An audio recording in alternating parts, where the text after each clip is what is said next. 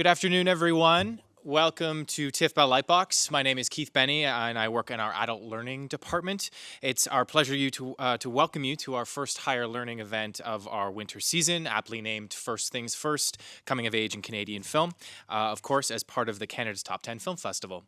Before I introduce you to our moderator, who will then introduce you to our panelist, I'd like to mention a few thank yous. On behalf of TIFF, we'd like to thank our lead sponsor, Bell, our major sponsors, RBC, L'Oréal Paris, and Visa, as well as our major public supporters, the Government of Canada, the Government of Ontario, and the City of Toronto.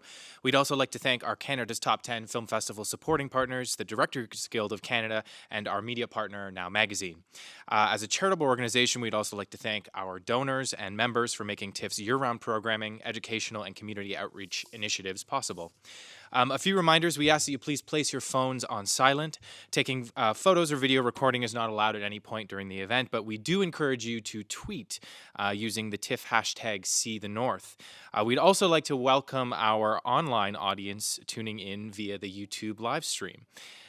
During the Q&A, we do ask that you wait for a microphone to reach you before asking a question of our illuminated panelists. I would like to invite you to two of our upcoming higher learning events throughout our winter season. On January 29th, following a shorts program of their work, emerging and established filmmakers discuss the role of film in exploring issues of spirituality, faith, tolerance, and cultural identity. On March 11th, we welcome curators from the Museum of the Moving Image, as well as the Harry Ransom Center and TIFF, to discuss the management of an exhibition of film ephemera. More details about upcoming events can be found online at tiff.net/higherlearning, where as a student and/or faculty member, we encourage you to sign up for our e-newsletters. Two final notices today. There are really great opportunities taking place in the building that we'd like to draw your attention to, and they're both free. We'd like to thank our colleagues in the industry office for providing us an opportunity to experience the new Samsung Gear VR sets as part of the Samsung VR Lounge. This is a free interactive activation. The lounge is located upstairs on the 3rd floor and is activating today from 12 p.m. noon to 3:30. We hope you have a chance to check out this exciting new technology. And secondly, we'd like to remind all of you of the free screening this afternoon at 3 p.m. It's our Canadian Open Vault, where we'll be screening My American Cousin, directed by Sandy Wilson, who's a panelist on today's panel.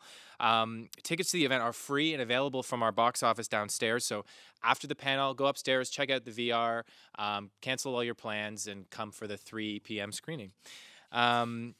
Okay, so we are thrilled to have Jason Anderson as the moderator for today's event. Jason writes about film and arts for such publications as the Toronto Star, CinemaScope, Sight and Sound, and Uncut, and teaches criticism and feature writing at the University of Toronto and Ryerson University. He's a director of programming for the Kingston Canadian Film Festival, a member of the Toronto Film Critics Association, and is a TIFF Shortcuts programmer. Please join me in thanking Jason for moderating today. Great. Thanks so much, Keith.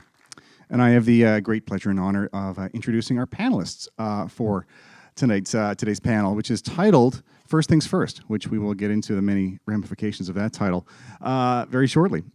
Starting at my furthest right, Sandy Wilson was born in Penticton, British Columbia. She has written and directed the features My American Cousin, which premiered at the festival and won 6 Genie Awards, including Best Picture, Best Director, and Best Original Screenplay, as well as its sequel, American Boyfriends. She has also directed the feature Harmony Cats and the shorts The Bridal Shower, Growing Up in Paradise, and My Life in 8 Minutes. Thanks, Sandy. Next to her, Andrew Cividino. He grew up in Dundas, Ontario, and attended the film production program at Ryerson University. His short film, We Ate the Children Last, was selected as TIFF as one of Canada's top 10 shorts of 2011. Sleeping Giant, based on his 2014 top 10 short of the same name, is his first feature, and it's screening this week as part of Canada's top 10. Welcome, Andrew. Also have Kyle McDonnell. Kyle grew up on a sheep farm outside Goderich, Ontario. He discovered film at an early age and pursued it through high school and into his post-secondary career, first at Concordia University and then at Ryerson, where he graduated in 2015 with a Bachelor of Fine Arts in Film Studies. And his short film, Menesetung, is here as part of the top 10 for student shorts. Also, Halima Elkhatabi is a Montreal-based filmmaker. She graduated from l'Institut National de l'Image et du Son. She scripted the short La Barricade, and Nina is her directorial debut, and it's here as part of Canada's top 10 shorts this year. and also Niv Fichman, who is here as the producer of many, many films that have been here at TIFF in Canada's Top 10, and he's here also representing as executive producer Closet Monster, which is here at Canada's Top 10. So thanks, Niv. And yeah, I think it's a great subject, and certainly one. The coming of age story is certainly something that I feel very. It's kind of one thing that's sort of, I think, a core part of any kind of film fan's diet. And certainly, we can all think of films that that touched us or inspired us or influenced in some way, these sorts of stories. And maybe they're things you encounter when you're young, maybe they're things you encounter when you're much older, and sort of looking back on this time of sort of childhood and adolescence and all these immense changes that you go through, all these big things that happen. And that's certainly something that I think filmmakers return to again and again. I mean, one thing I was thinking about was how childhood and adolescence seems to take about 1 million times longer than the rest of your life. once you hit the sort of back end of things go a lot faster. Whereas, I think child and adolescence seem to occupy about sort of several millennia. So I think there's a lot to excavate. And I think that's sort of one reason that we kind of see filmmakers come back to this territory again and again. And certainly you have this sort of kind of rich history, really from the beginnings of movies. I mean, certainly, going back to all kinds of things that have really kind of become staples of this genre. I think about films like Stand By Me, or The 400 Blows, or My Life as a Dog. I mean, there's just any number of things that I think that have kind of made that kind of impact and fostered something with audiences. And certainly Canada, I think, is a really great tradition of this. And certainly it's interesting to see how many of the films that we sort of most treasure kind of fit in this category too. I mean, certainly look at something like Mon Oncle Antoine or Nobody Waved Goodbye, maybe more recent examples like Crazy. I also like to think that Ginger Snaps counts, even though it's a coming-of-age story with more hair and more blood. But certainly these are films that make an impact, and certainly some things that we certainly treasure.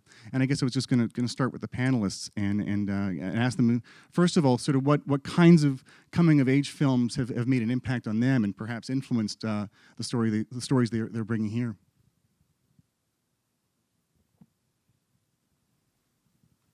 Sure, Sandy, thank you. Should I just jump right in? Please do. Okay. Well, I grew up on a ranch at the end of the dirt road, and we didn't have a telephone or a television, but my dad took home movies. And he would bring home National Film Board films, and we'd look at the home movies, which I always totally enjoyed. It was wonderful to see yourself on the screen. And the films that I liked were like The Last Picture Show, American Graffiti, Mon Oncle Antoine. And I think that those childhood years are the years which stain us most deeply. So it is rich territory. Yeah, for me, I think, I did a lot of research while working on my script in the genre and watching a lot. And the films that really stuck with me, I think in more recent years, were films like Andrea Arnold's Fish Tank. Tomboy was an incredible film recently. And then also there are ones that you go to for different reasons. So for me, in terms of setting and tone, Picnic at Hanging Rock is kind of, it's a more obscure Australian film, but it's got this incredible sense of foreboding in the setting that really mirrors the darkness of this coming-of-age tale. So I think you go to different places for different pieces of inspiration throughout, and there's definitely no shortage in this genre. Yeah, growing up, I feel like I tended towards fantasy, even as a coming-of-age story. So even if you look at the original Star Wars, and I also was growing up at the pinnacle of Harry Potter, which progressed growing up through many films. And then, in researching my film, I looked at very typical coming-of-age stories, like used to mention Stand By Me, Mud, Kings of Summer, a lot of recent stuff as well as older stuff. Thank you. Well, I was also influenced by Andrea Arnold's films, like Fish Tank and Céline Sciamma, and some older films from Maurice Pialat in France. And also, the Dardenne Brothers film, and very contemporary movies dealing with teenage coming-of-age stories. So, and mainly French films, actually. I have my own, I think. Okay. Hello? You're good. Yeah. Okay. Well, actually, when I first started making films, one of the first films that I worked on was a short film that was about my partner's grandfather in BC, and I became aware of Sandy's work and your use of home movies, I think influenced probably the way that I've been thinking about making movies forever. And a lot of our movies in the past 40 years have had the use of home movies, or sometimes made fake home movies because we're just so enamored with that form. And then, of course, your film, My American Cousin, was such a seminal film that made me realize that we can make great movies in this country, and so thank you for that. I guess earlier than that, I'm a Court is one of my favorite films. It was really, really amazing, and I was just doing some research before. One of my truly favorite films I thought was just so beautiful and I wished would never end was L'Argent de Poche, Small Change, I think it was called, a Truffaut film that I thought, when I was thinking about it just in the green room before, I thought, well, where did I see that? And I thought, I remember seeing it at the Cinesphere, and it was the first year of TIFF, so that's how old I am. 1976, it was a gala in the first year, and it was kind of interesting to connect it to this and to TIFF and to all of these things that have happened since then. Well, it's amazing because certainly, I mean, as a programmer and a critic, it's something that always seems to be kind of part of the sort of movie menu, these sorts of films, and good and less good. Of course, all the ones here are great, but it's sort of, I guess one thing I was curious about from Niv's perspective is this a kind of film that the industry wants more of? Or is it something that kind of, what's the sort of perception of the sort of coming of age film from that sort of perspective? Well, I think we love those kind of films, and I think any person in the audience would point to a coming of age film as, or several of them as their favorite films ever. I think from the perspective of trying to make them or being a producer of, I think the moment you pitch someone, you can't even say the words coming of age together, because once you do, like, you just, your funder or your distributor just falls to the ground, like just impossible, really. I think these guys have made their films just on their own. Like, I'm sure, Andrew, you probably had a similar experience, and then you had to make your film, and then after, people supported it. But I think that it's a kind of genre that just does not have sort of an initial backing from people. I mean, I can say, tell you a funny story about when we first pitched Closet Monster to our esteemed distributor. I don't know if anyone is here from Elevation.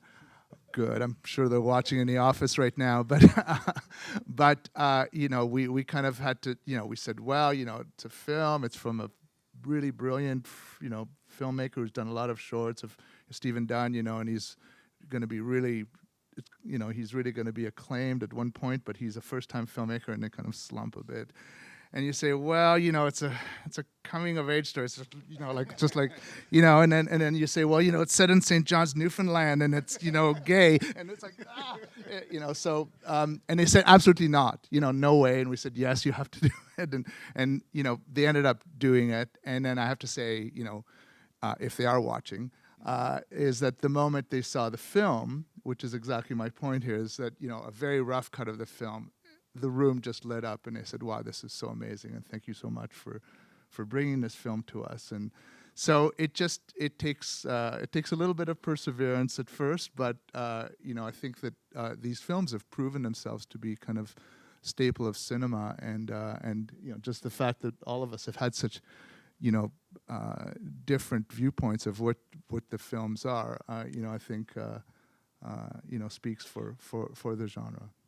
I'm curious. I mean, this is, going back to when Sandy was making My American Cousin. Did you feel some of this sort of same resistance and sort of going on? This is obviously a very different time for the Canadian film business back then, too. Yes. Yeah, there were. It was probably about 2 years of hearing no, this has not been done before, and no, you're not going to be, the first to tell the girl's story. and you've never directed a feature, and you've only done one dramatic short. But on the other end of it, having made it, when we screened it in Moscow, some big old Russian guy would come up and say, in Russia, it is the same with the mothers and their daughters. And screening it in Sydney, Australia, a beautiful Indian actress came up and she said, oh, I had a boyfriend just like that. And I said, and did he have a big fancy car? And she said, no, but he had a really nice bicycle. So I think that the coming-of-age stories translate. They travel well. It just, I guess part of the thing is they just have to kind of, like a Niv story, they have to exist. You have to show them, because I think that, I think there's probably, all kinds of people you sort of pitch and need to get on board to make a movie. I mean, I think that's something probably is a big part of the hesitation is like, well, what can you bring that's fresh? How do you, was that something very much on the minds of, starting with Andrew, for instance, how do you make a fresh approach to this kind of territory that has been so explored? Yeah, it's difficult to do, and it's also actually just very difficult to pitch, because like Niv says, you go in and as soon as you say coming of age, you see the eyes glaze over and you're like, hello, hello, hello. And it's really hard to say, no, but this is going to be different, because you hold a film in your mind and your heart, and you know that it has unique qualities and that it deserves to be told. But finding a way to actually communicate what about that is going to actually make it different in a way that will be meaningful. Is very it's challenging, because it not only is it such a saturated genre, it's what emerging filmmakers tend toward, and whether that's because it's an experience in our lives that is more like it's closely relatable in terms of they say write what you know. We're more likely to have a personal experience out of that age that we've kind of had a chance to reflect on and think is worth telling.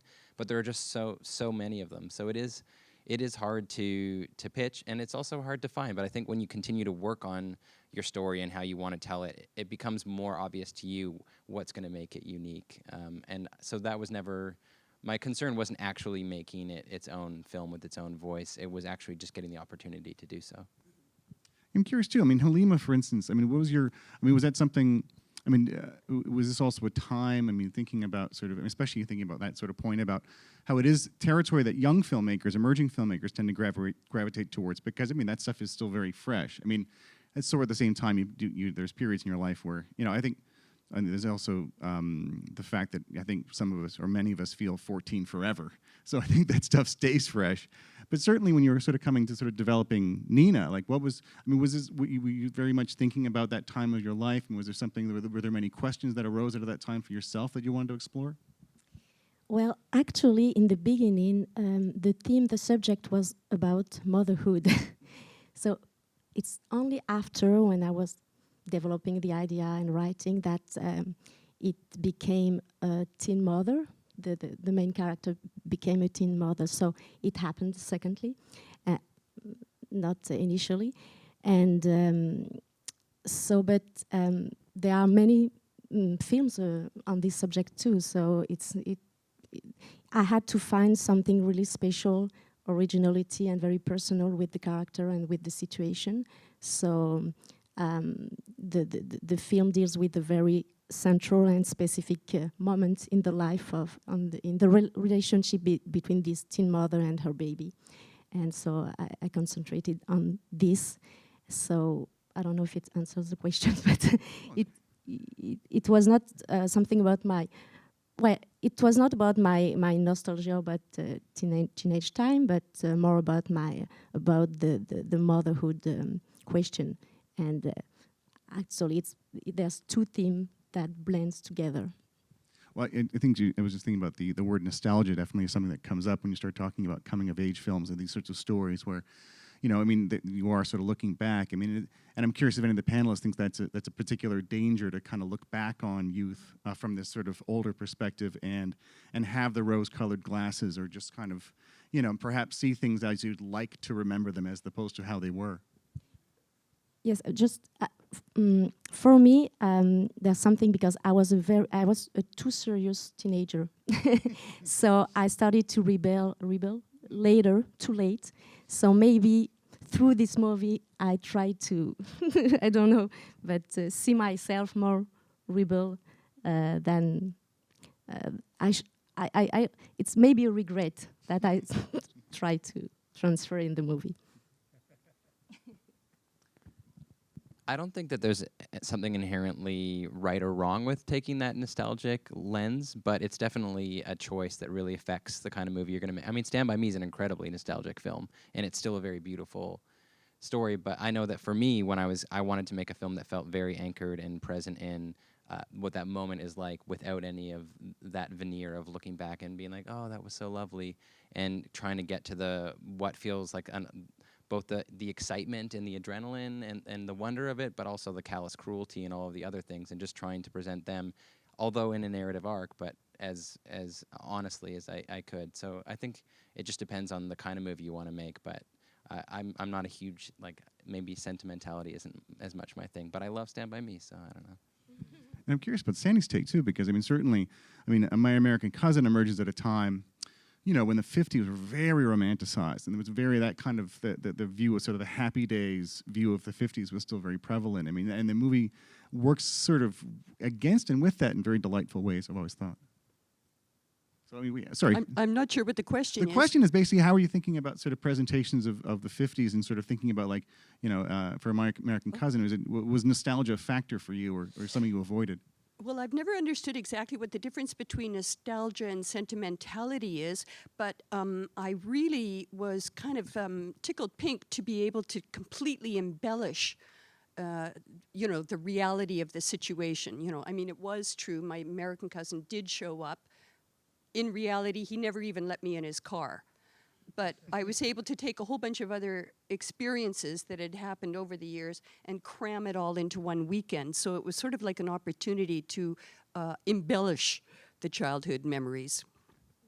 Well, I guess that's a big part of the process too. Maybe Kyle would like to speak to that. Just kind of like how, there's an interesting area too where it's kind of, there is this autobiographical content that certainly is feeding these kind of, these sort of portraits of childhood or youth, but they are fictionalized. I mean, they are transplanted in other characters, people who are not like yourself, perhaps. And was that sort of part of the process for you? Yeah, so I wrote the characters sort of around like a vague like assembly of other people and things around me growing up. Nothing like directly happened, but I'd hear about things that happened.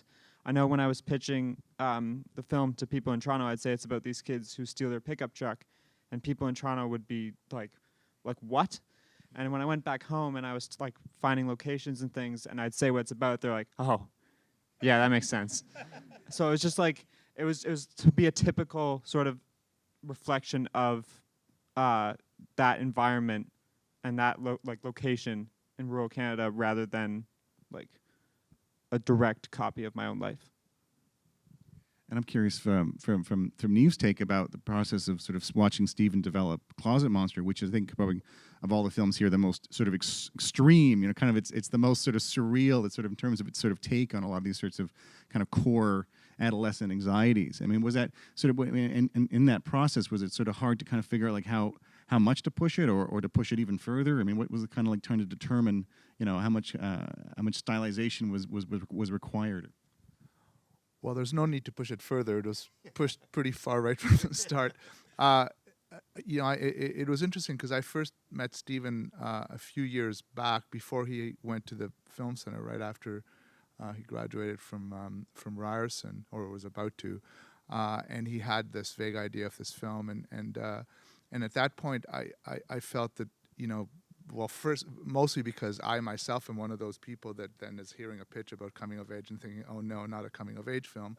And at that point, I'd been working on just finished a film, I think, or about to finish a film called The Boy Who Smells Like Fish, which is also a coming of age film. So I thought, enough of that. But of course, Stephen has a very unique kind of aura and presence. And, a lot of times for me as someone who's taking pitches, and especially in the past few years when I've been working a lot with younger filmmakers, I really responded to him as a person, So I said, well, great, this sounds interesting, and the pitch was very, very emotional, as Stephen tends to be sometimes, which is great, and basically sent him to school for 2 years, and said, you go to the film center and see what happens, and after a year and him kind of pursuing this, it seemed like he was really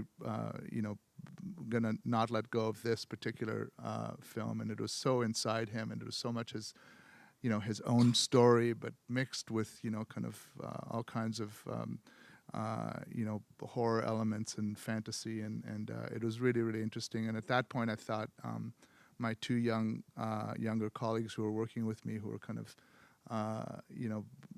coming through the ranks, would be a really perfect film for them to actually be first producers on too, and so it kind of all came together with that. So Kevin Crixt and Fraser Ash, who's here, kind of took it over, and it became kind of an all around first time effort, and then it was, which is what was so amazing when it's done as well as it has. I'm so proud, like a dad, like they're all my kids and it's all worked out and it's fine. So yeah, so that's how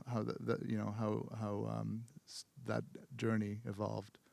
It's funny because just thinking about that sort of atmosphere where you're actually, I mean, certainly, when you're making a movie about young people, you are working with young people, which it certainly is, brings a certain kind of energy that you're going to get from, that you may not get from other experiences. I mean, one thing I was really curious about is kind of like, really sort of trying to, we'll talk also about the stories, but I mean, finding the people, like finding the people you needed, especially the actors. I mean, and when they are often unprofessional or non-professional, not that they're unprofessional, but when they're non-professional first timers, I mean, what was the process for each of you, sort of trying to find these people you needed in front of the camera? Some of them are unprofessional. I mean, for us, for casting Sleeping Giant, it was a very, very protracted process because I think we knew instinctively that the kind of kids that we wanted for that film, there was no way that there's no 13 or 14-year-old in the world who has the craft that we could pull them out of Toronto and bring them up and ask them to be these characters. So it became really clear quickly that what we actually needed to do was go and find kids who were as close to the characters that were written as possible. And to do that, we went up and spent weeks. We went to every single high school and drama club and to the mall handing out flyers like weirdos and the entire thing, and saw literally hundreds of kids by the end of it. And we ended up, it was a Kijiji ad that one of our actors responded to and just showed up without a script or a time and was like, here, there's a movie. And we interviewed our kids first, and right away, he came out for the wrong role, but we knew right away, this is our Nate, like this is our guy. And you just, I think, have to build it out that way. And for us, it was a lot of workshopping and seeing who could work together. But then you have a lot of people who have never been on a set. And I think especially for a feature, it's a marathon. It really is to make a feature. And so having the stamina and keeping motivation up and understanding that there are a lot of people who are here giving everything that they've got, and that's what's expected of you every single day. So it was like a steep learning curve, but a really wonderful experience working with actors who hadn't really acted before, but were willing to bring so much of themselves to the characters. And Sandy too? When I got the idea from my American cousin, Margaret Langrick immediately came to mind. She was a girl who lived across the street from me, and we were family friends. And so I wrote the script with Margaret Langrick in mind and would watch her for her bits, and she'd be watching me for my bits. But of course, the funding agencies and poor Peter O'Brien and almost everybody else in positions of authority did not want to cast the girl from across the street. They thought that was, taking a chance on me, taking a chance.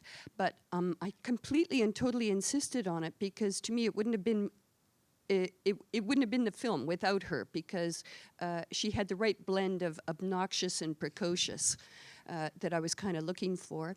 And then John Wildman, I'm not sure if he's here or not, but anyway, I met John Wildman at an audition here in Toronto, and when I first saw him, I thought he's way too gorgeous, he's too beautiful. No, not what I had in mind at all.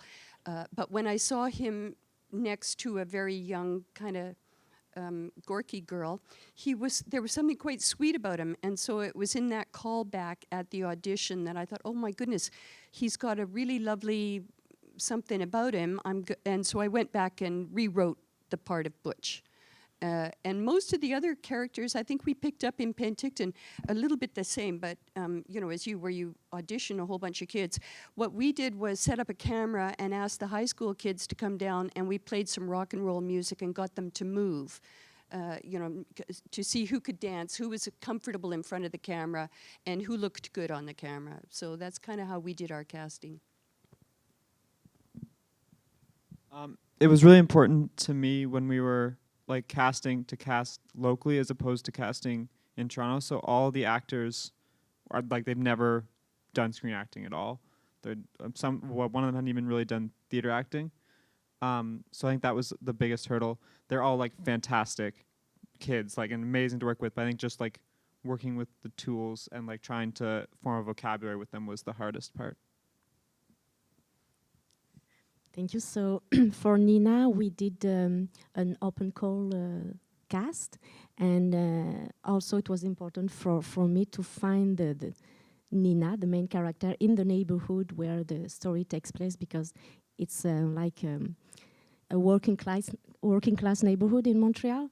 So for me, it was important that the actress comes from there, but we found the secondary roles and the extra there, but not the main role. So I finally found her on a agency site. I was looking for pictures, and when I saw her pictures, it was really obvious for me that she had this space, what I was looking for, the authenticity, the natural,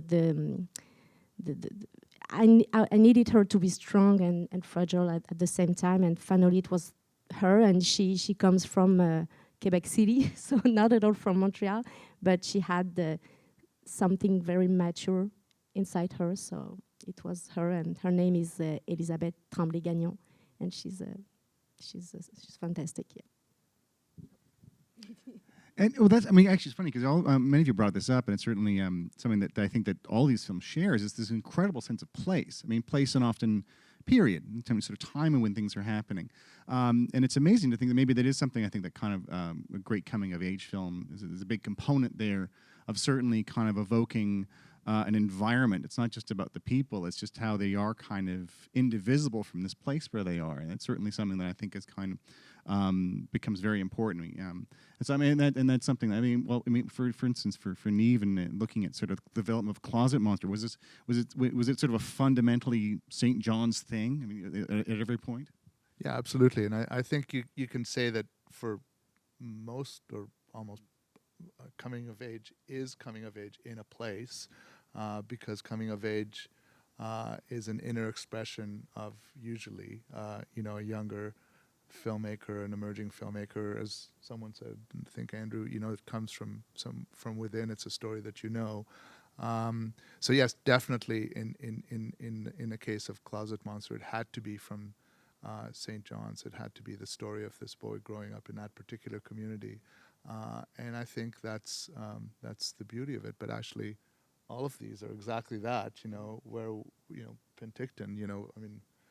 Who would set a film in Penticton? Although it's one of the most beautiful places on earth, I think. And because of that film, I've gone back there numerous times, and I only drink Okanagan wine, and and that's actually true.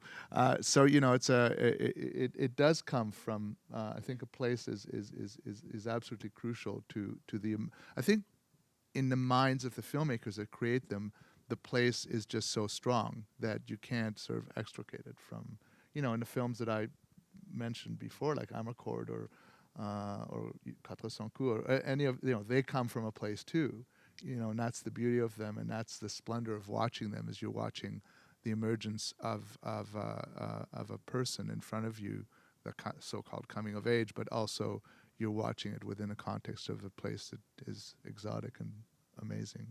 It seems like it has to be tied to a place, because that's one thing you have no freedom over when you're in that age. You're stuck wherever it is you are. You don't have any agency to say, well, I'm going to pick up and move wherever, like whether it's a small town or a big city or whatever.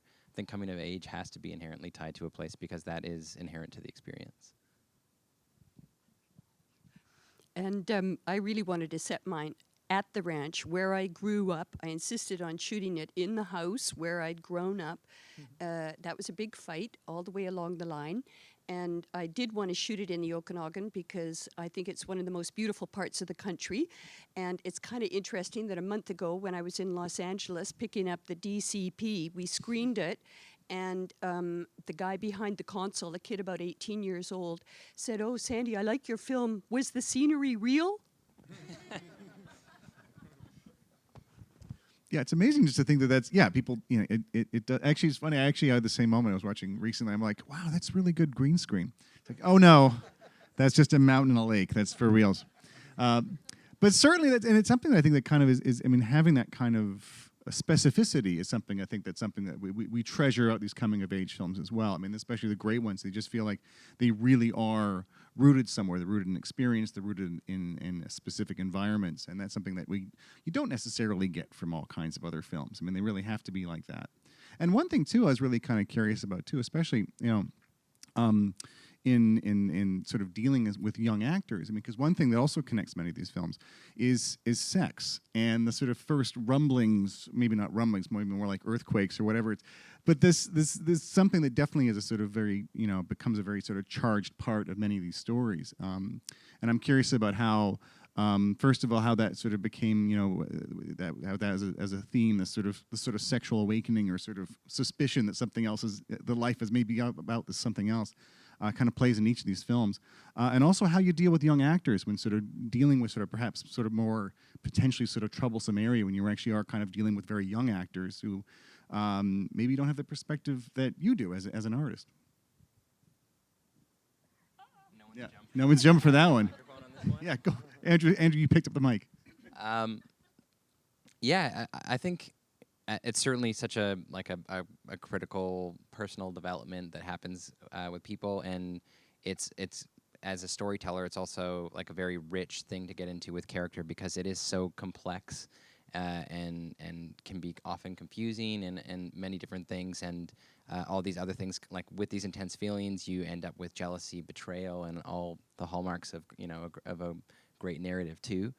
So I think it's not surprising that people focus in on that. I think it is hard to, you know, I am envious of some filmmakers who can deal quite explicitly with sex in this genre, because I definitely felt I almost had to skirt around it because I don't know that I was like comfortable enough to be working in that space.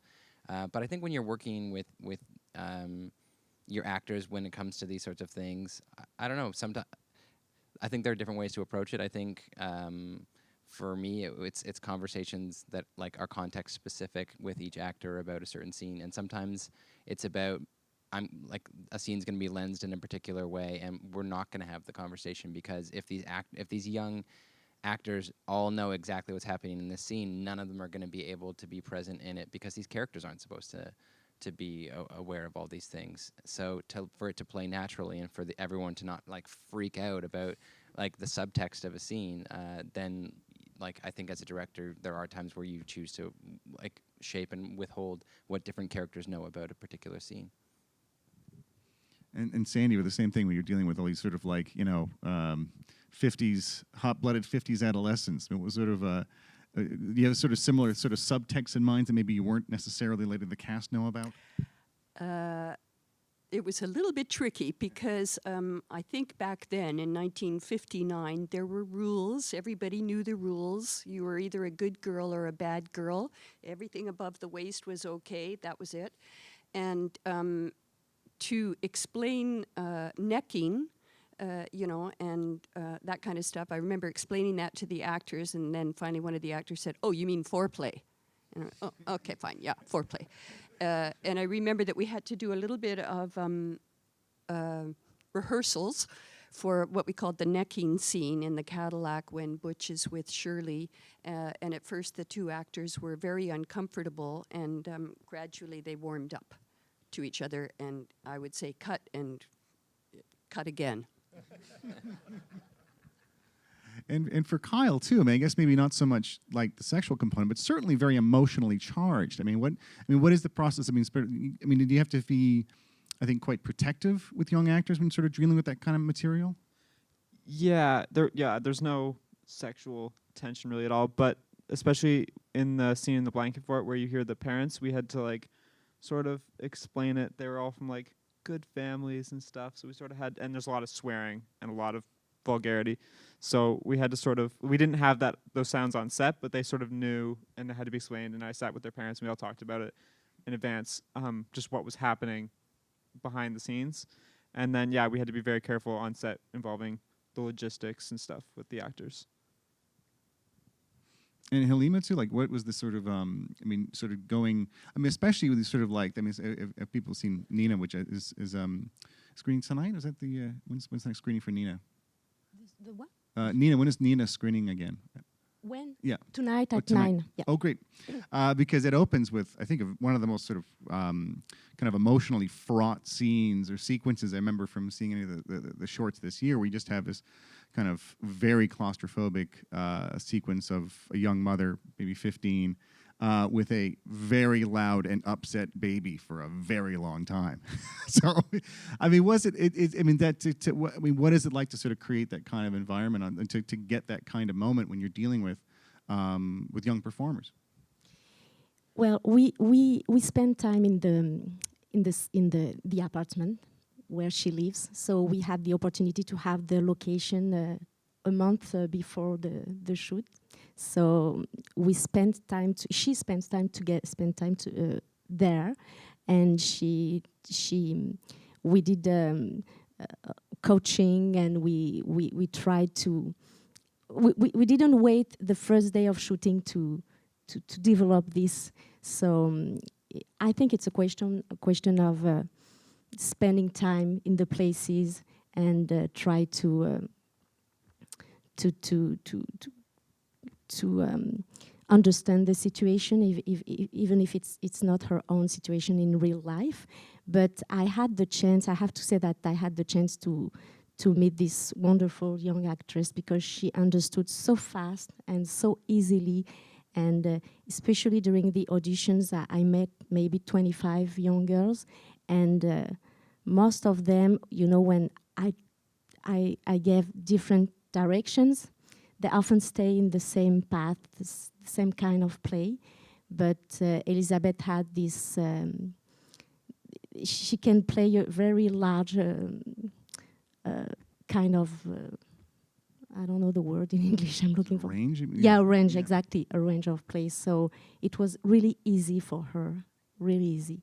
So, and maybe, I don't know, it was my first fiction. I used to work in a documentary, and for me, I think it was a chance to work with the young, with teenagers, because it was easy to communicate, and for me it was a very good experience, and very easy one, actually. Well, it's funny because thinking about it's funny because you always think about sort of generation gaps, and I think because of the way life tends to be, I think those generation gaps get to be faster and faster, such that you're 2 years older than someone, you may actually have a lot less in common than you might have presumed. And I guess even starting from Niv's perspective, that's sort of like, you are always sort of surprised when you're sort of thinking about sort of times you worked with sort of sort of younger cast. Are teenagers always are there some fundamentals to sort of teenage behavior or teenage ritual that you're always seeing, or is it always fresh, is always surprising? Well, from my perspective, I'm working more with the filmmakers, so I can't really answer the question to cast, because, I feel it's really important that I'm not really that involved with that. I never go to auditions. I think it should be a direct relationship between a director and their cast member. But I can speak to working with younger filmmakers themselves, which is a conscious choice that I've made in the past, decade or at least 7 years, because I just think it's such a crucial thing, is to keep to keep the whole system going, and for me it's just the the most fantastic, rejuvenating thing that I can do. You know, this, of course, I have colleagues that I've worked with my whole life, like Don McKellar or Paul Gross or François Girard or people like that. They're amazing, great filmmakers that I, nurture my lifelong, associations with, and we keep on doing things all the time.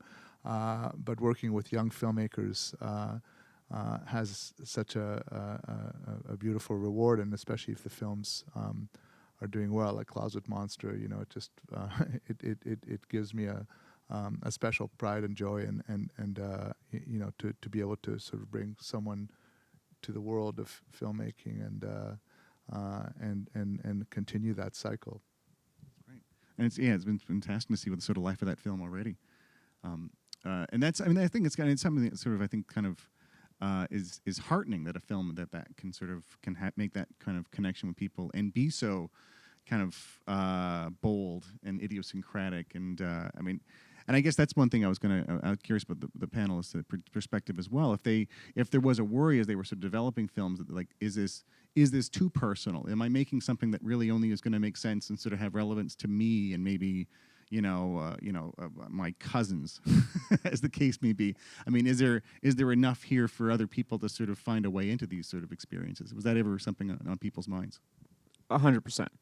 Like, I thought that most of the way through up until almost the end, and even when we were doing screenings with cuts in class and stuff, I still was like, people weren't getting certain things, and yeah, I thought that 100% all the way through until we finally assembled all the sound, and the sound came in, and it made a world of difference.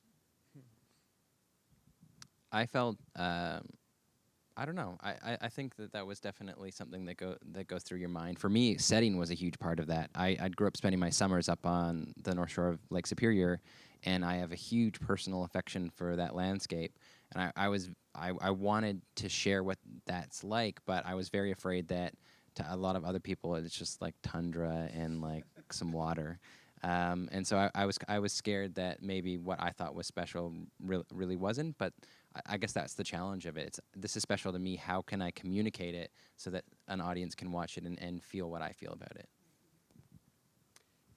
I think the more specific you are, the better it travels, that people can really kind of relate to it. Because I have made a whole bunch of documentaries, I wanted my American Cousin to look like a documentary, and I've always been kind of troubled about how much do you change and how much do you stick to the facts. In real life, my cousin Butch died, and for a long time when I was pitching the film, I wanted that ending. I wanted this really sad kicker ending. He died, when he was only 21. And everybody said, "Oh, Sandy, that's not a very happy ending. It's a happy film, and then you hit us with this ending. Like, oh, you have to know he's going to die." And then, and I insisted on that for quite a long time. And then finally I realized, no, this is not the right ending. So I changed that because everybody told me it was a bad ending. I think also definitely when first writing, I had that experience of going, oh God, like the people are going to see this movie and they're going to know that it's them in it, or that people are going to see me in it, and things that I do I want to actually, I want to hide, like I'm behind the camera for a reason. I want to share this, but I don't want people to know what's me and what's not. But as you keep working and drawing on all these other external sources of inspiration and combining people into one character and things, it gets a little, you get to hide in the smoke and the mirrors a bit more about what's actually true. I got to reinvent my entire family, and I remembered that somebody once asked my mother, "Well, how do you feel about the way Sandy portrayed you?" And my mother said she was very kind to me. And it's true, I was. Yeah, I felt that too. It's entirely fictional, but I thought that people were going to see things or judgments about me and like my family, because these kids live in a terrible family and my family's awesome. So I was afraid that people were going to make judgments about me based on what they see and assume that it's autobiographical when it's not. Same thing for me. I've been asked, is it your story, actually? Because I'm a mother too, so some people thought that it was my story. But no, but I was really, I used to live in this neighborhood for almost 9 years, and the youth community center was at the corner of my street. So, well, it's a part of my story. I mean, I have this contact, I developed this relationship with the youth people. So there's something from me, but it's not by, yeah, we have a part of us, I think, in every project, every creation we make. And I can truthfully say that Closet Monster had nothing to do with my childhood in the 60s in Tel Aviv, Israel. Not a lick, not one thing. Absolutely nothing. No. Maybe actually, now that I'm thinking of it, maybe the repression part of it, and but that was a bit later, so yeah, nothing. Well, I'm curious too, because I mean, this is certainly something that I think like in any kind of artistic work, I mean, there's always sort of questions that the questions that are maybe front of your mind when you're making things, and then there's the other questions that you maybe didn't realize were actually sort of part of why you were doing what you were doing. And I'm curious about that if the process of creating these films. Were there any revelations that when you cut to the end of this process and go, oh, okay, that's why I cared about that, or that's why that part of the story is here? I mean, is there any sort of moments like that for you? Anyone want to? Kyle's reaching for a mic. I'm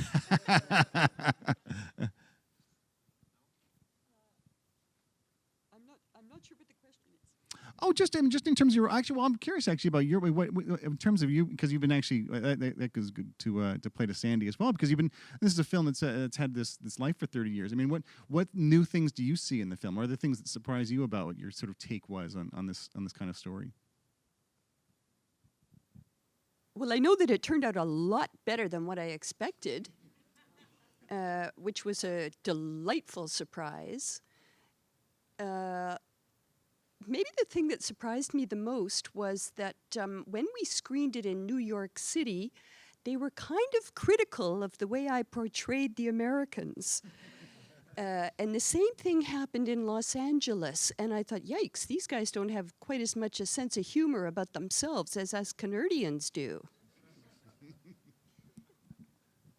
Oh, go ahead, sorry. Oh, I was just gonna say, I think I was surprised more in the like in production and then into post, and how I had a script that felt like alive in a way, but how what everyone else on my team brought to it, how it started to actually have its own life, and that moment when you feel like it actually has a heartbeat, and that your characters have a depth that goes beyond what you put on the page, and when you start to assemble it and you feel like it's like it's a bit of a Frankenstein thing. You have all these parts and you put them together and you throw the switch and you're like, and that day when you realize that it's actually, even however flawed, that it's actually alive is a really wonderful thing.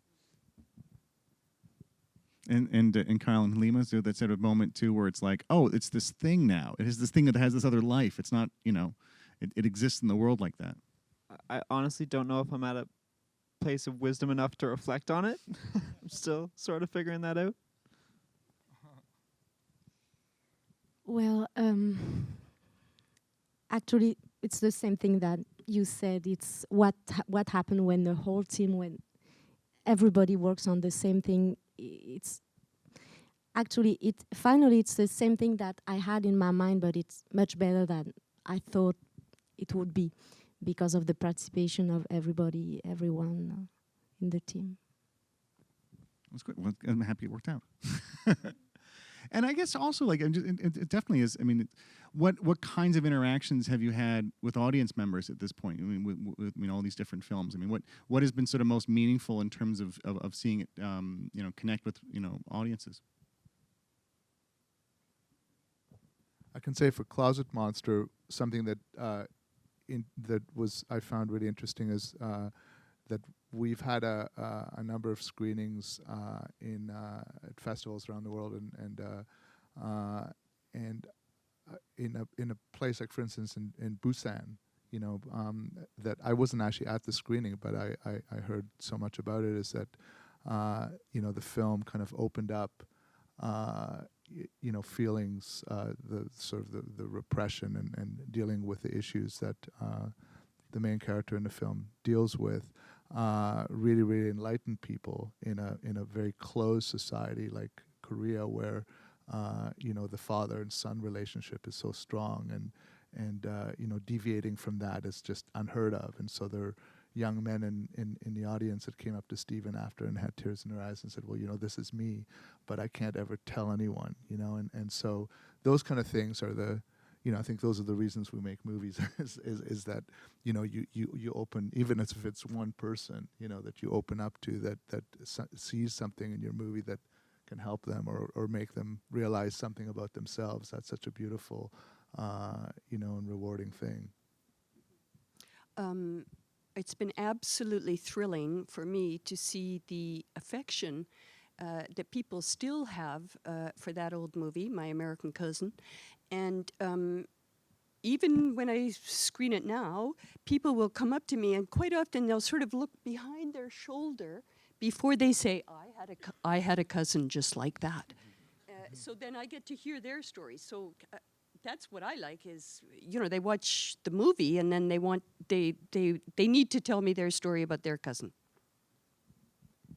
I've had fun seeing how different cultures respond to the film. We've been to like over 40 festivals in the last 8 months or whatever it's been. I haven't gone to all of them, but I've been to 15 or something. And different cultures laugh at different places. Even etiquette in the theater is so different. In India, I was in Mumbai, and I was driving around in a rickshaw in a city that has the population of Canada, essentially, in a city. And I was like, how are they possibly going to relate to this movie about 4 kids in the middle of nowhere? And you get there, and people in movie theaters there are always texting and on their phone, and I was like, oh my God, they hate it. But that's totally culturally normal to just be texting and doing your thing. But then when they like something, they would clap and hoot at the screen, and it was so neat to see how those responses could be different. And I mean, no audience is the same. We were just in Palm Springs, and that was the worst audience we ever had for our film, because it was almost uniformly 65 plus, probably fairly conservative. Hey, wait. And there was a lot of those can be interesting yes, people too. Interesting people, but not people who love my movie. I think they're not the demo, and so there were a lot of shocks and gasps, and it fell pretty flat. And so it's interesting when you get comfortable enough with how your film is doing. It's fun to be able to sit in and see, even if people don't like it, as a sort of a cultural experiment every time you play the film. This is a bit smaller, but my personal favorite reaction is my nephew is absolutely horrified of my film, horrified. And it's not scary, he's just horrified of it. And he's almost as old as the youngest actor, just terrified.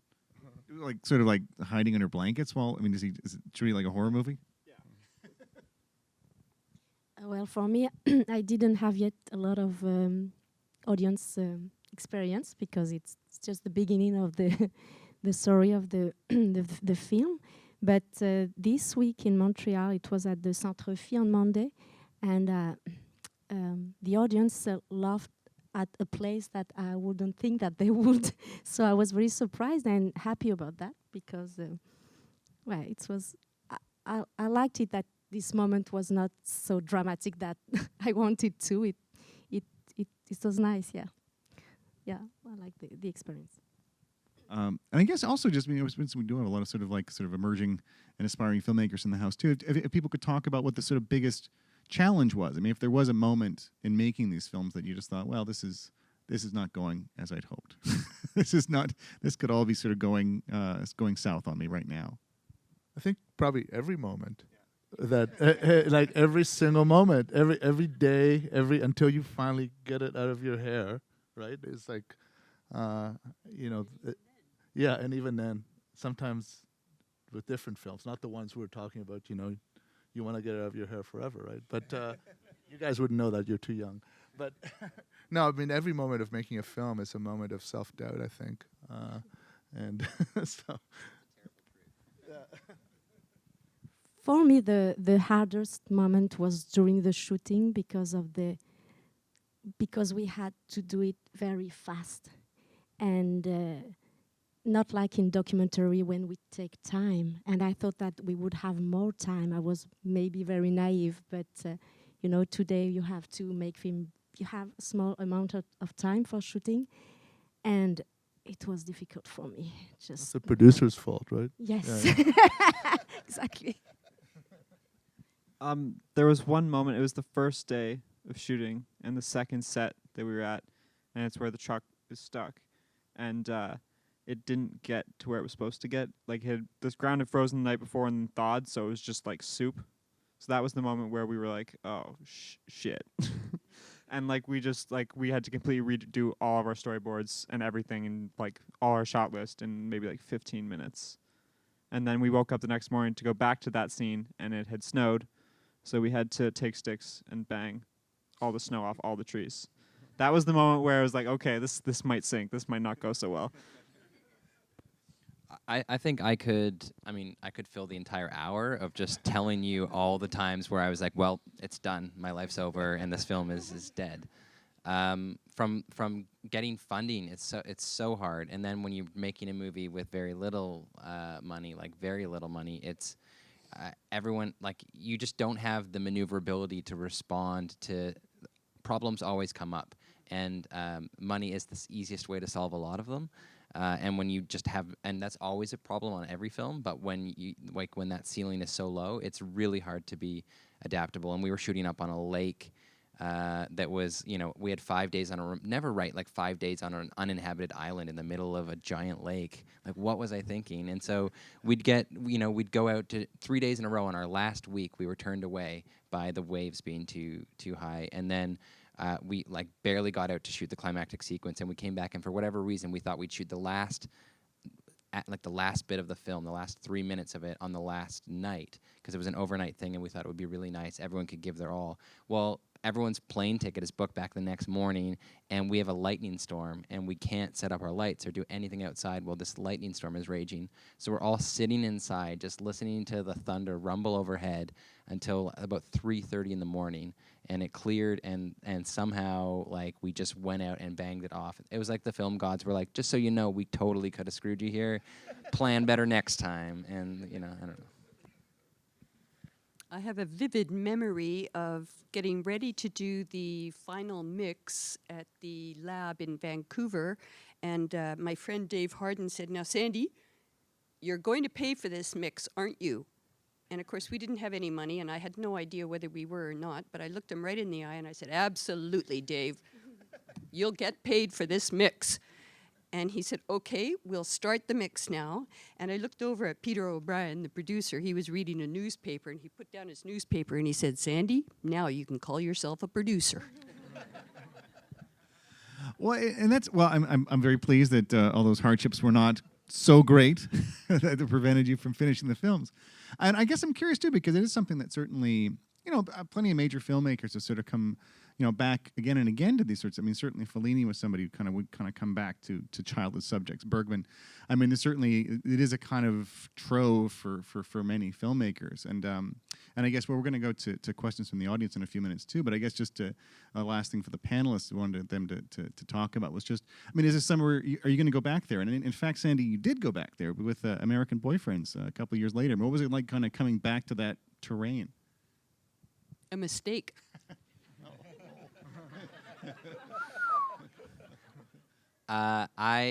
I've struggled with that because I did a coming of age film, and now like my inbox is flooded with coming of age scripts. Like, that's what you've done that, and so that's what people want to offer you to do more of.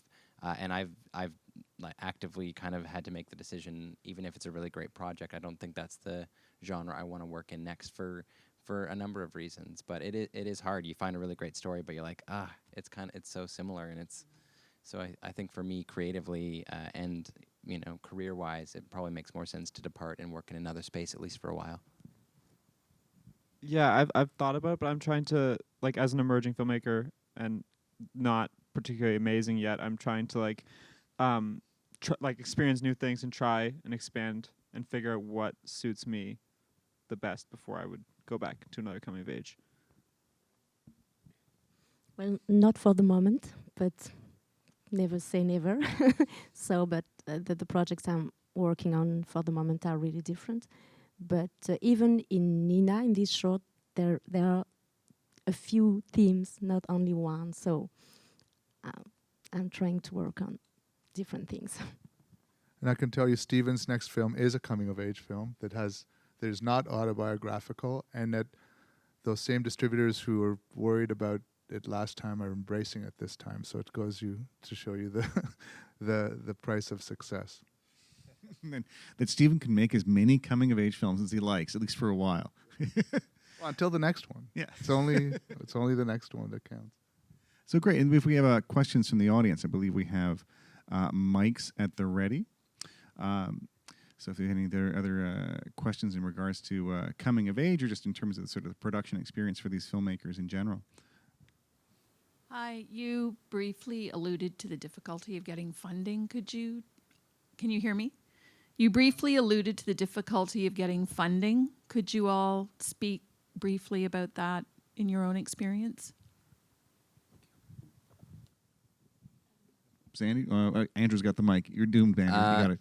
I mean, for me, it's certainly a recent experience. I had a very difficult time getting funding for my film. I kind of thought I could go and make a bunch of short films, and if they won awards and did well, that logically then when I just showed up with a script to make a feature, people would like open up satchels of gold bullion or whatever you pay for movies with, and it was impossible. You know, the reason there's a Sleeping Giant short film is because I was up in pre-production when one financing fell through in the summer of 2013, and so we decided to make a short that year, which went on to have its own life and ultimately creatively really helped me retool how I wanted to make the feature.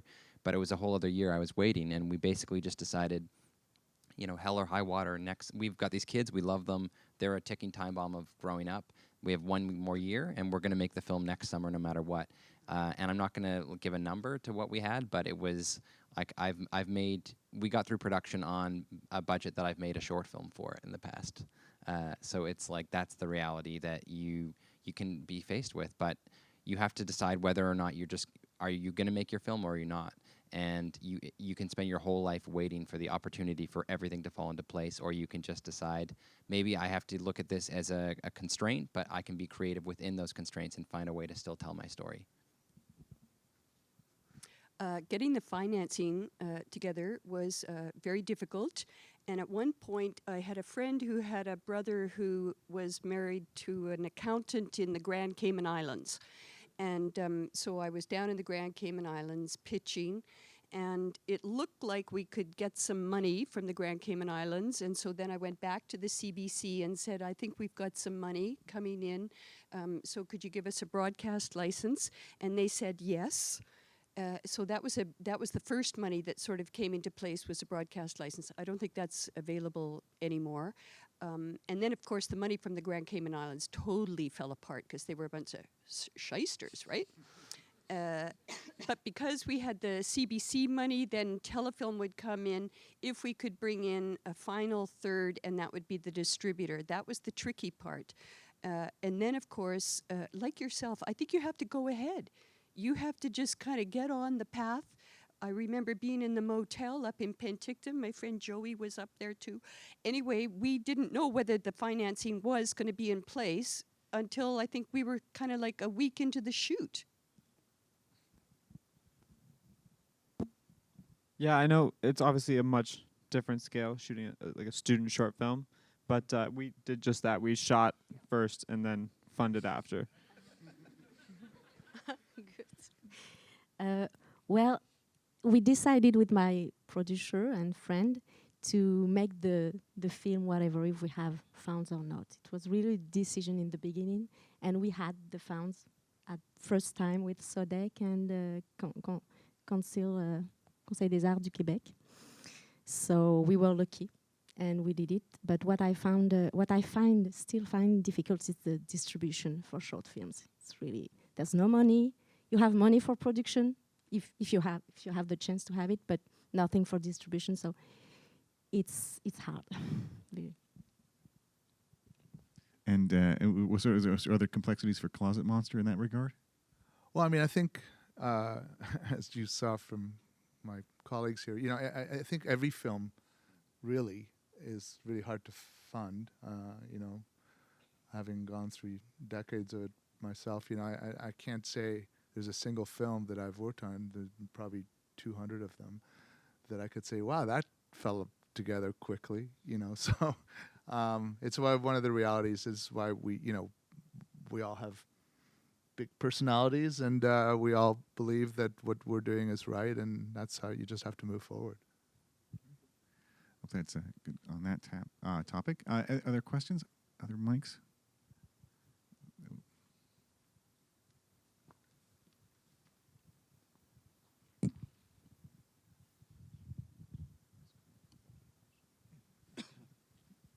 Hi. I was wondering if you had any advice to somebody who was thinking of maybe writing a coming-of-age story, either biographical or non-biographical, in terms of maybe where to draw inspiration from?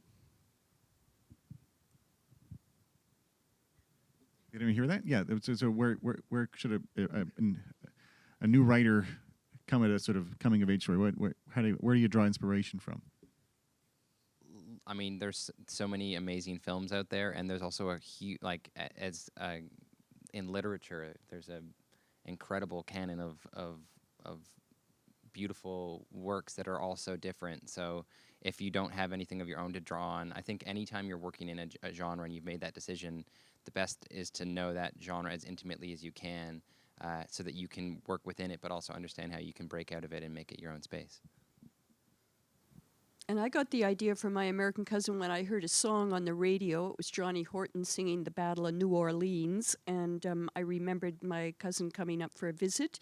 And every time that song would come on the radio, my dad would get mad and tell him to turn it off. And I couldn't understand what the problem was. But the song is actually all about how the Americans whooped the British back in the day. So anyway, the inspiration for me came from a song. I think that's the trickiest part, actually, is where do you get that idea from that's going to carry into a film?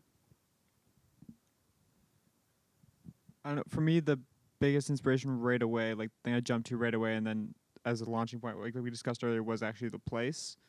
But if I need to think of ideas, usually I just try and consume a lot of media, like songs, pictures, movies, just anything. Doesn't have to be related at all, and just like take in whatever I can to like try and give me ideas. Well, it might sound strange, but the inspiration in the beginning came from the neighborhood. But finally, because I really like this neighborhood, it's really in my heart, even if I don't live there anymore. But finally, in the beginning, it was like a character in the movie, but at the end, it's not finally.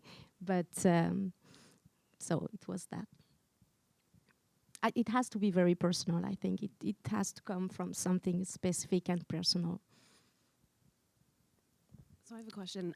You all spoke about your moments of self-doubt, but I was just curious about your moments of self-assuredness and how you use those to propel yourself forward to finish the film.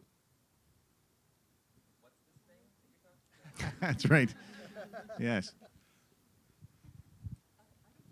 Well, yeah, we just started thinking about we talked about the sort of negative, soul-destroying moments. We're sort of talking about like the more gratifying, positive ones that actually are the ones that hopefully get you through the process. If you can talk about any of those sorts of moments. I don't think those are your own fantasy, madam. It's the other ones that get you through, and then presumably people like your film in the end. But I don't know if there's a moment where you, in the middle of the process, say, oh, "God, I'm good at this." I think there was a moment when we'd been shooting My American Cousin, and we'd been watching the rushes on a Steenbeck, which has a very small screen. And then one of the guys on the camera crew said, "Oh, let's book the theater, the local theater, and we'll see the film up on a big screen." And what a great idea. So at around 11 o'clock, we went to the Penmar Theatre in Penticton and looked at some of the rushes, and I was completely and totally blown away. And I thought, oh my God, it looks like a real movie. Because it was big, it was glamorous, it just looked gorgeous. It was Richard Leiteman shot it, and he just did such a beautiful job on it. So that moment was very reassuring, but most of the time it was completely not reassuring at all. And I learned very early on that you don't cry in front of the guys. They don't like it. It makes them very uncomfortable. And I think it was my girlfriends and a lot of wine that kind of got me through it. I mean, you raise an interesting point about like not crying in front of your crew. It is a good strategy. Do it alone if you're gonna do. No, because I mean, ultimately, I think as a filmmaker, if you don't have self-doubt and you're not constantly questioning whether you're doing things in the best possible way, there's no way that you're really probably making anything that interesting. And you need to be able to simultaneously live in that constant state while being able to actually lead a team, and because other people are there and they're working their asses off on 14-plus-hour days sometimes, and they're all there because they believe in it, and they believe in it because you believe in it, and you've convinced them to believe in it. So even on those really hard days, it's extra important to be able to kind of like, you know, not cry in front of the guys. I found like the little things you were talking about the crew. Like, I just remember sitting down like for lunch, and someone would come by and say, "Oh, that little bit that was awesome." And those little things sort of like fueled me to have enough confidence to just keep going. I found. But sometimes it's, you know, during the shooting, you shoot a scene and you are so happy and wow, that's it, it's wonderful. But finally, during the editing, it's not the right thing. So it's something. Sometimes it's like you think it's good, but it's not. So you always have to doubt and even if you're happy, just be careful. And Niv, do you have any moments of absolute satisfaction? You're just like, no, I'm great at this. Does that ever happen in all these movies? Well, as you get more and more further from the process, I was in this film where the real work was done by Fraser and Kevin, and I'm just the guy that watches. Of course, then I can sit back and think, wow, those guys are awesome. So that was satisfying for me. But I think the closer you are to the process, you either are doubting or you're delusional.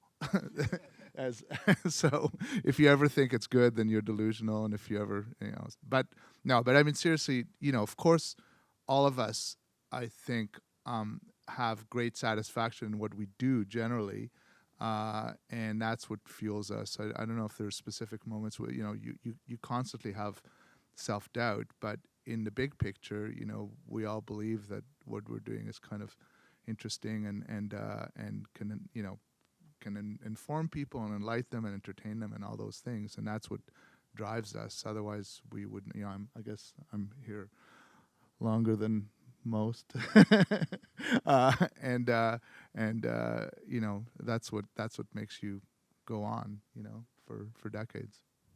Great. Other questions up there? Hello. I got a question here. I just a little curious about how can we shoot first and fun after, because I know how damn terrible that when you got an idea but you have no money to launch your personal project. Yeah, that's it. So,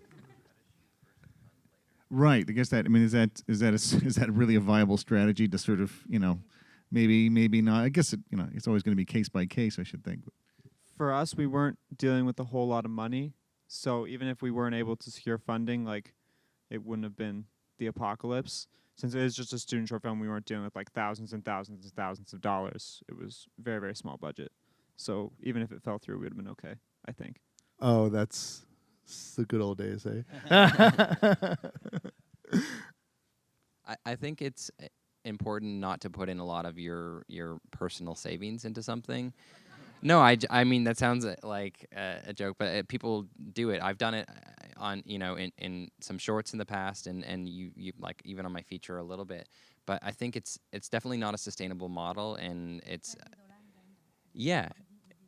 Yes, and he also had like a body of wealth from being a child actor, and so he was in a particular situation where he wasn't like mortgaging a house or something. Not to say it wasn't a very brave choice, but I think if you can avoid it, I definitely wouldn't like max out personal credit cards or do whatever.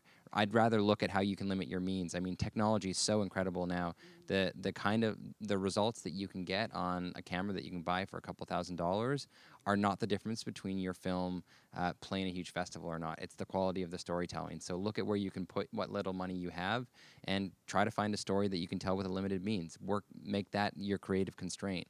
I think that's how, And then for the funding later, what you do is you shoot the thing with every penny you have, and then you cut it together and you go, will you give us money now? We promise it's actually good. And once there's something that is tangible, it's a lot less of a risk for them to come on board and give you money to finish a film, which I'd say is the one area where you still really can't scrimp and save. Post-production is expensive. To do it well and to do it right and to have your film confidently be able to come to a theater like this and play and not sound like abysmal, it costs a lot of money. It's always like the legend of Robert Rodriguez and El Mariachi, which is a very famous example of a film that was made for $7,000. And it kind of was made for $7,000. And then they had, like, when it got sold, they had to spend, hundreds of thousands of dollars to get that movie to a sort of playable form. But, you can worry about that later. If you can get a great $7,000 movie, then do that.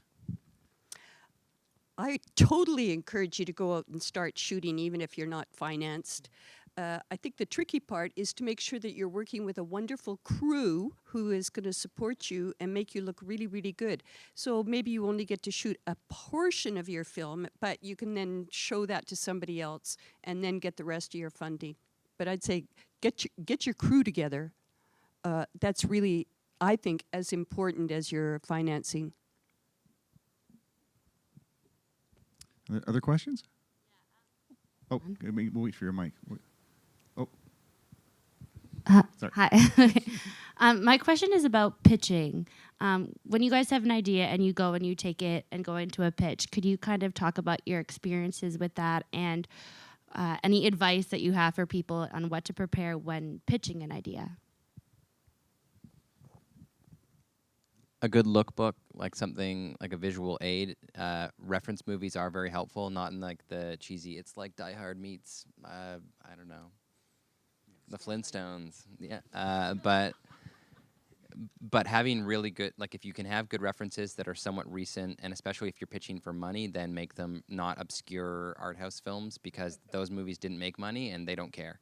But if you can kind of triangulate it so that it's accessible to them in that way and be visual, and then be prepared to tell your story, like you have to tell your story. You have to be actually able to walk them through this story, and so it's not like a PowerPoint presentation. You ultimately, as a filmmaker, you're a storyteller, and if you can't tell your story convincingly, no one's going to fund it.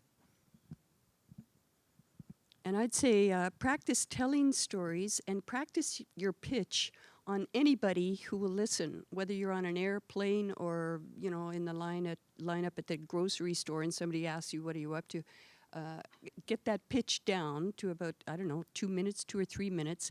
And then you have to make it sound like it's the first time you've ever told anybody about it.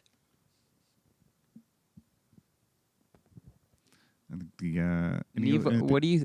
I'm curious because people pitch to you all the time. Like, what works on you? Good question. I thought I was going to dodge this one. No, you're not getting off the hook. I'm interested in that Die Hard meets the Flintstones concept. We'll, do you have a lookbook we'll talk on after. that? Yeah.